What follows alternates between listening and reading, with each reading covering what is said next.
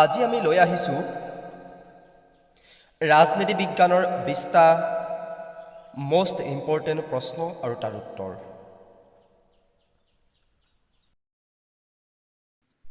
প্ৰশ্ন নম্বৰ 1, ভাৰতীয় সংবিধান ৰচনাৰ বাবে গঠন কৰা সংবিধান সভা গঠন কৰা হৈছিল কেবিনেট মিছনৰ প্ৰস্তাৱ অনুসৰি, ক্ৰিপছ মিছনৰ প্ৰস্তাৱ অনুসৰি, ব্ৰিটিছ সংসদৰ আইন অনুসৰি, ভাৰতীয় স্বাধীনতা আইন অনুসৰি। শুদ্ধ উত্তৰ কেবিনেট মিছনৰ প্ৰস্তাৱ অনুসৰি। সংবিধান সভাৰ সদস্যসকল আছিল বিভিন্ন ৰাজনৈতিক দলৰ দ্বাৰা মনোনীত, জনসাধাৰণৰ দ্বাৰা পোনপটীয়াকৈ নিৰ্বাচিত, গভৰ্ণৰ জেনেৰেলৰ দ্বাৰা মনোনীত, বিভিন্ন বিধানসভাৰ দ্বাৰা নিৰ্বাচিত আৰু আংশিকভাৱে ৰাজ্যৰ প্ৰতিনিধিৰে গঠিত। শুদ্ধ উত্তৰ বিভিন্ন বিধানসভাৰ দ্বাৰা নিৰ্বাচিত আৰু ৰাজ্যৰ আংশিক প্ৰতিনিধিৰে গঠিত। প্ৰশ্ন নম্বৰ 3, সংবিধান সভাৰ প্ৰথম অধিৱেশন হৈছিল 26 নৱেম্বৰ 1946, 15 আগষ্ট 1947, 9 ডিচেম্বৰ 1946, 26 জানুৱাৰী 1950। শুদ্ধ উত্তৰ 9 ডিচেম্বৰ 1946। সংবিধান সভাৰ স্থায়ী সভাপতি কোন আছিল? জৱাহৰলাল নেহৰু, ৰাজেন্দ্ৰ প্ৰসাদ, সচিদানন্দ সিংহ, বল্লভভাই পেটেল। শুদ্ধ উত্তৰ ৰাজেন্দ্ৰ প্ৰসাদ। সংবিধান সভাৰ অস্থায়ী সভাপতি কোন আছিল? জৱাহৰলাল নেহৰু, ৰাজেন্দ্ৰ প্ৰসাদ, সচিদানন্দ সিংহ, বল্লভভাই পেটেল। শুদ্ধ উত্তৰ জৱাহৰলাল নেহৰু। সংবিধান সভাৰ খচৰা সমিতিৰ সভাপতি কোন আছিল? জৱাহৰলাল নেহৰু, ৰাজেন্দ্ৰ প্ৰসাদ, B.R. আম্বেদকাৰ, D.P. শইতান। শুদ্ধ উত্তৰ B.R. আম্বেদকাৰ। সংবিধানখন সংবিধান সভাত গৃহীত হয় 1949 চনৰ 26 নৱেম্বৰত, 1947 চনৰ 15 আগষ্টত, 1950 চনৰ 26 জানুৱাৰীত, 1946 চনৰ 9 ডিচেম্বৰত। শুদ্ধ উত্তৰ 1949 চনৰ 26 নৱেম্বৰত। সংবিধান ৰচনাৰ বাবে সময়ৰ প্ৰয়োজন হৈছিল 2 বছৰ 11 মাহ 18 দিন, 3 বছৰ 7 মাহ, 1 বছৰ 11 মাহ 20 দিন, 2 বছৰ 10 মাহ 20 দিন। শুদ্ধ উত্তৰ 2 বছৰ 11 মাহ 18 দিন। প্ৰশ্ন নম্বৰ 9, সংবিধানখন সম্পূৰ্ণৰূপে কাৰ্যকৰী হয় 26 নৱেম্বৰ 1949 চনত, 26 জানুৱাৰী 1950 চনত, 15 আগষ্ট 1947 চনত, 9 ডিচেম্বৰ 1947 চনত।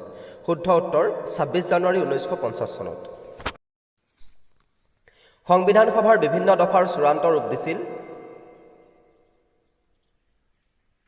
2/3 সংখ্যাগৰিষ্ঠতাৰ যোগেদি, একক সংখ্যাগৰিষ্ঠতাৰ যোগেদি, সদস্যসকলৰ ঐক্যমতত, অন্য প্ৰকাৰে।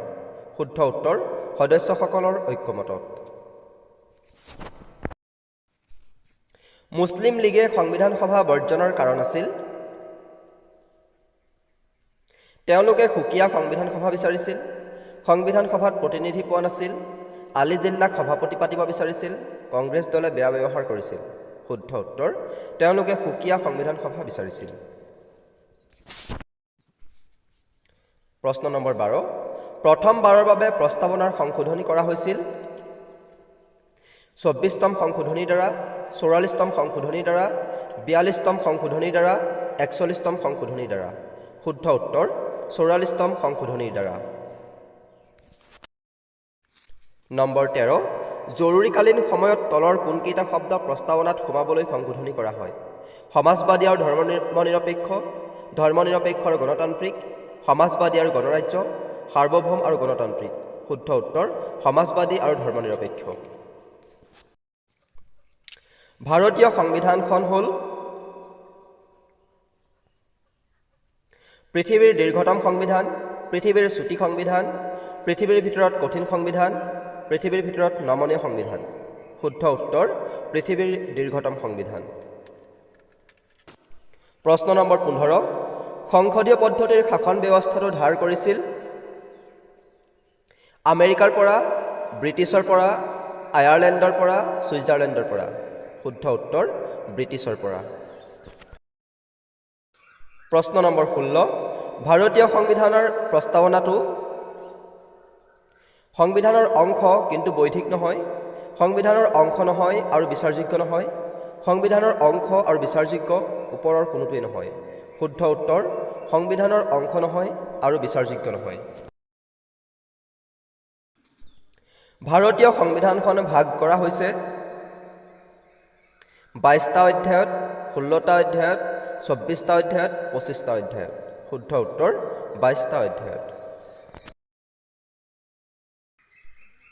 ভাৰতৰ সংবিধানখন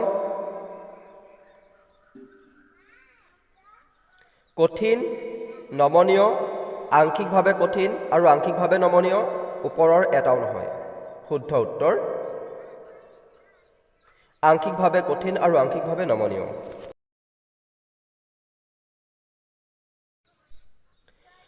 কোনটো অনুচ্ছেদ সংশোধনীৰ লগত জড়িত? 343 অনুচ্ছেদ, 368 অনুচ্ছেদ, 370 অনুচ্ছেদ, 372 অনুচ্ছেদ। শুদ্ধ উত্তৰ 368 অনুচ্ছেদ।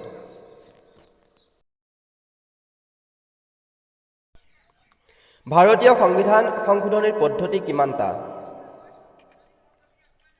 5টা, 4টা, 3টা, 1টা। শুদ্ধ উত্তৰ 3টা।